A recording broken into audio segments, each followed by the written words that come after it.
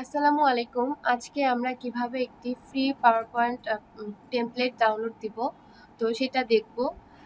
আমি অলরেডি একটি ডাউনলোড দিয়েছি।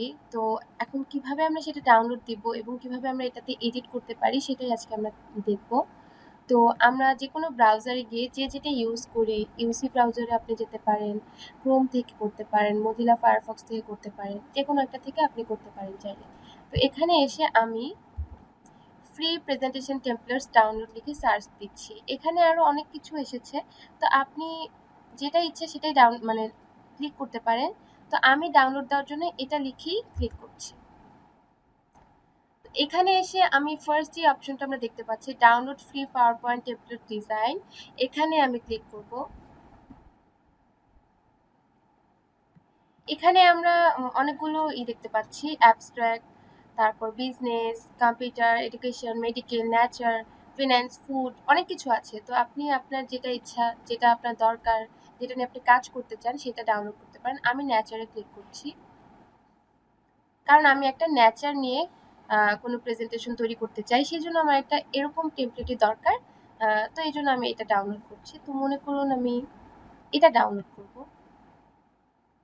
তো এখানে এসে আপনি ক্লিক করবেন। ক্লিক করার পর আপনাকে এখানে দেখাবে আপনার কতগুলো স্লাইড এখানে আছে। তো এখানে 48টি স্লাইড আছে, এবং আপনি যখন এডিট করবেন তখন আপনি চাইলে কিন্তু স্লাইডগুলো বাড়িয়ে দিতে পারেন। তো আমরা নিচের দিকে আসবো, নিচে এসে এখানে আপনার একটা অপশন পাবেন, click here to download this PPT template. এখানে আপনারা ক্লিক করবেন। তো আমার এটা ডাউনলোড হচ্ছে এবং ডাউনলোড হয়ে গিয়েছে। তো আমি এটা ওপেন করছি।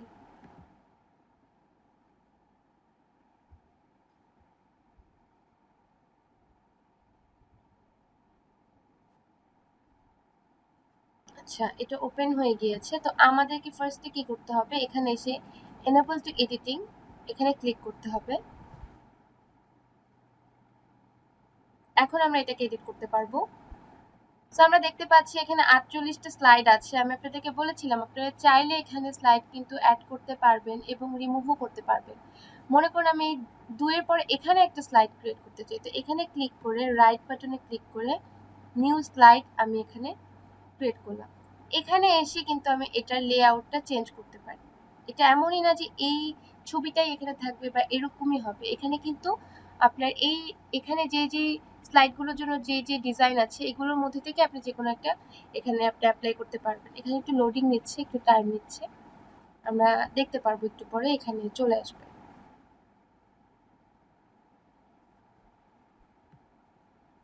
এখানে অনেকগুলো আছে। আচ্ছা, এখানে যেহেতু টাইম নিচ্ছে আমরা অন্য কিছু দেখে আসি।